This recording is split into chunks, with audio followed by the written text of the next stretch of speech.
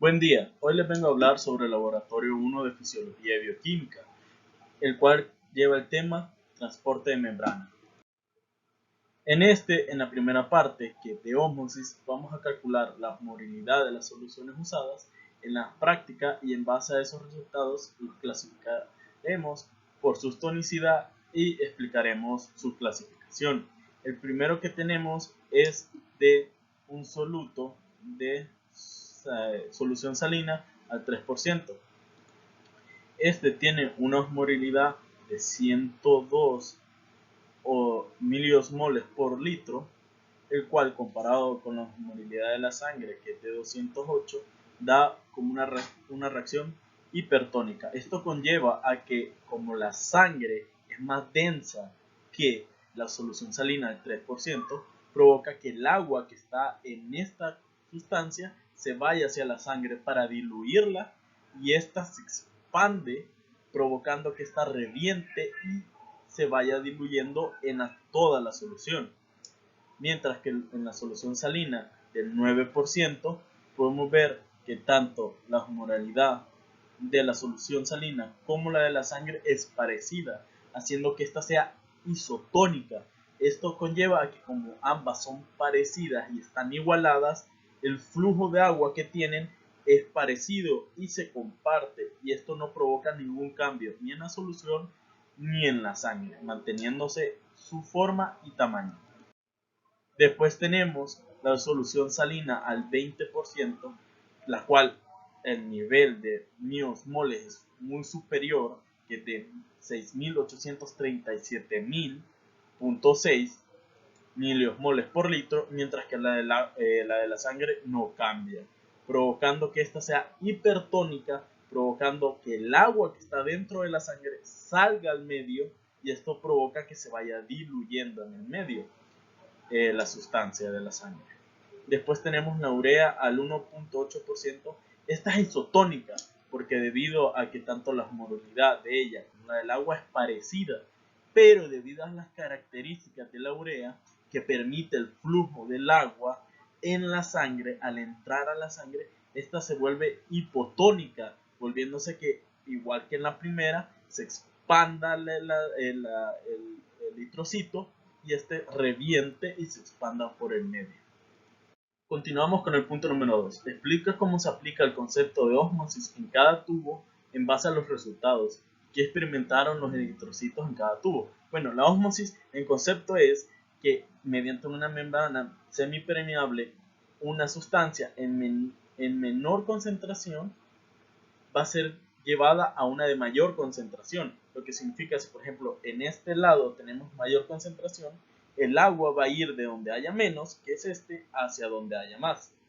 Entonces lo que sufren los eritrocitos debido a esto es que cuando es hipertónica, estos expulsan el agua que tienen al medio para igualarlo, mientras que cuando es isotónica no tiene ningún cambio, no hay cambio estructural ni de tamaño, mientras que cuando es hipotónica, este sí crece en tamaño porque comienza a entrar dentro del líquido y esto se expulsa. Entonces, dependiendo de cada una de los tipos de las reacciones que llevamos, va a sufrir esto. Hipertónica se va a secar y va a sacar todo el líquido y va a perder su tamaño, mientras que isotónica se mantiene, hipotónica crece hasta reventar.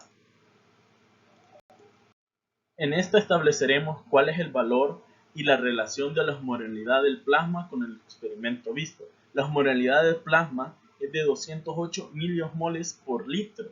Esto afecta en el experimento debido a que su osmolaridad es lo suficientemente alta como para no sufrir hipertonicidad, pero no lo suficientemente baja para que comience a sufrir hipotonicidad en su medio, manteniéndose en equilibrio, lo que significa isotonicidad, y a la hora de interactuar con diferentes sustancias se mantiene porque la isotonicidad es normal, o sea, mantiene su osmolaridad media, se podría decir, comparado con otras sustancias.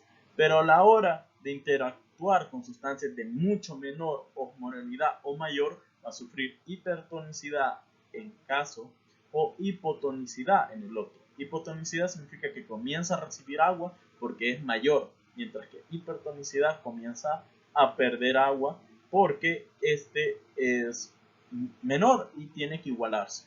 Y por eso es la importancia de esto, porque mantiene, es una osmolaridad media, se podría llamar.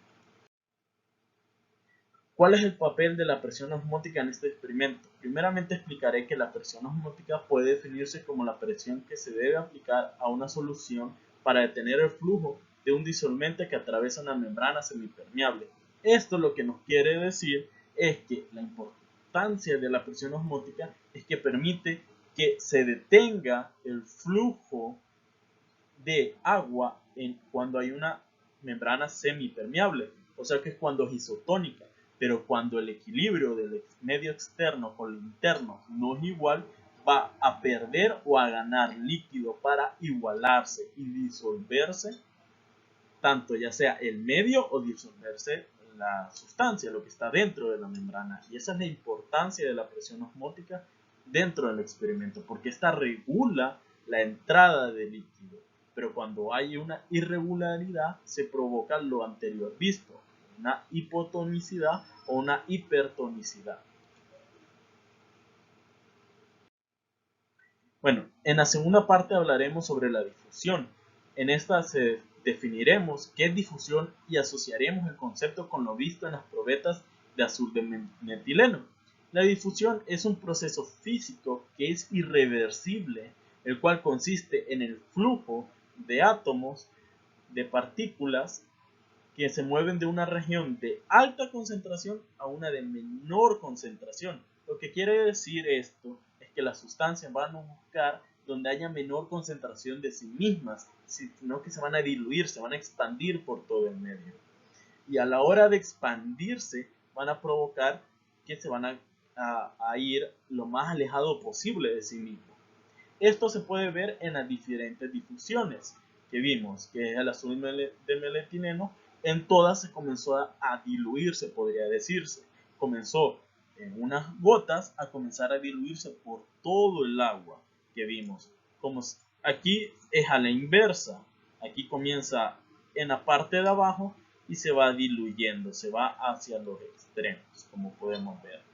Pero en el experimento es a la inversa. Comenzamos con una gota concentrada aquí que entra y esta gota se va dividiendo a la hora de interactuar. Entonces, esto es provocado por el concepto de difusión.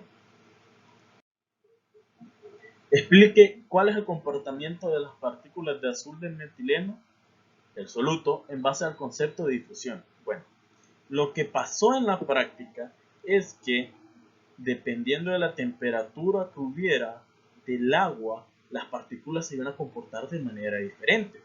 Cuando era fría, que esta tomaremos como fría, esta la tomaremos como tibia o temperatura normal y esta la consideraremos caliente. Aunque no es exactamente igual como quedó, pero es lo que se espera. Vean, cuando están temperaturas frías, las partículas se mueven lento, tienen falta de energía y esto provoca que cuando se vayan a difundir se haga de manera lenta, como se puede ver aquí, que no se expande a gran parte, sino que está como concentrado hasta cierto punto. Cuando la temperatura es normal o templada, esto se va a expandir de manera general, o sea, como podemos ver, se expande por todo el medio, mientras que cuando es frío se concentra porque las partículas van más lento, mientras que cuando está caliente se expande por todos lados, debido a que las partículas del agua están en constante movimiento dentro de eso, dentro del frasco. Entonces las partículas comienzan a energizarse y comienzan a moverse y expandirse mejor. Y cuando es un sólido como es la gelatina, lo que pasa es que no se diluye o no se difunde debido a que su composición es diferente. Muchísimas gracias por su atención, que tenga buen día.